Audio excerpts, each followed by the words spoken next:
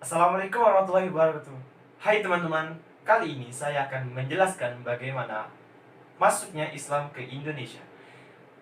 Masuknya Islam ke Indonesia melalui jalur pantai yang kemudian akan disebarluaskan ke seluruh wilayah. Menurut kapan masuknya dan siapa pembawanya, terdapat 3 teori yang mendukung, di antaranya sebagai berikut.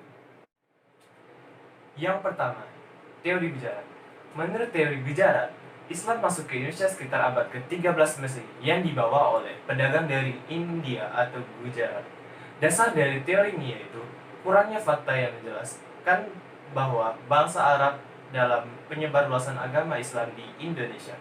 Bukti dari teori ini yaitu yang pertama yaitu hubungan yang telah lama melalui jalur Indonesia, Gujarat, Timur Tengah, dan Eropa.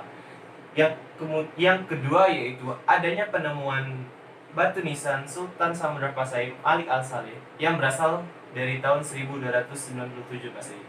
Yang ketiga yaitu penuturan dari Marco Polo, seorang dari Venesia, Italia yang pernah singgah ke Perla atau Aceh. Menurut pendapat menurut penuturan beliau, dia sudah menemukan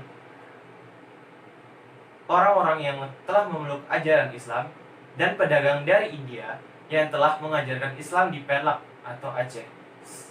Dalam kunjungannya ke Perak, ia melakukan kunjungan tersebut pada tahun 1292 Masehi. Pendukung dari teori ini yaitu Snok Hurgonje, W.F. Sutterhim, dan teori yang kedua. Teori yang kedua yaitu teori Mekah. Teori Mekah hadir sebagai sanggahan dari teori yang pertama yaitu teori Gujarat. Teori ini menjelaskan bahwa Islam masuk ke Indonesia sekitar abad ke-7 Masehi yang dibawa oleh pedagang Mesir atau Arab. Dasar dari teori ini yaitu yang pertama, penemuan perkampungan Arab atau perkampungan Islam yang berasal dari tahun 674 Masehi yang berada di pantai barat Sumatera. Yang kedua yaitu Kerajaan Samudra Pasai menggunakan aliran mazhab Imam Syafi'i, yang dimana aliran mazhab ini kebanyakan digunakan oleh bangsa Mesir dan Arab. Sedangkan bangsa Gujarat atau India menggunakan aliran mazhab Hanafi. Yang ketiga yaitu penggunaan gelar Al-Malik oleh Kerajaan Samudra Pasai, yang dimana memiliki kesamaan gelar yang dipakai oleh bangsa-bangsa Mesir. Dari teori ini yaitu Hamka, Van Leeuwen, dan T.W. Arnold. Yang ketiga yaitu teori Persia. Menurut teori Persia, Islam datang ke Indonesia sekitar abad ke-13 Masehi yang dibawa oleh masyarakat dari Persia atau Irak. Dasar dari teori ini ialah persamaan budaya yang ada di masyarakat Islam Indonesia dan masyarakat Islam yang ada di Persia. Salah satunya yaitu peringatan 10 Muharram atau Asyura, yang merupakan peringatan atas meninggalnya cucu Nabi Hasan dan Hussein yang sangat dijunjung oleh masyarakat Syiah yang ada di Iran. Nama dari peringatan ini yaitu Tabui yang ada di Sumatera Barat dan pembuatan bubur suro yang ada di Pulau Jawa.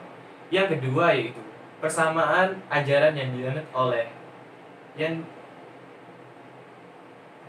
persamaan ajaran sufi yang dianut oleh Syekh Siti Jenar dengan ajaran sufi yang berada di Iran. Yang ketiga yaitu persamaan nama perkampungan di Indonesia dan perkampungan yang ada di Iran, seperti di Gresik, Jawa Timur dengan nama perkampungan Leren atau Leran. Itulah tadi teori-teori masuknya Islam ke Indonesia, yang dimana ada 3 teori yaitu teori Gujarat, teori Mekah, dan teori Persia. Pada umumnya, Islam masuk ke Indonesia melalui jalur damai seperti jalur perdagangan. Para pedagang dari Gujarat, Persia, dan Mekah melakukan interaksi dengan masyarakat sekitar, dan pada kesempatan tersebut sambil menyebarkan ajaran dan nilai-nilai Islam. Dan pada akhirnya, ajaran Islam dapat tersebar dan diterima oleh masyarakat di wilayah tersebut. Sekian, terima kasih sudah menonton. Wassalamualaikum warahmatullahi wabarakatuh.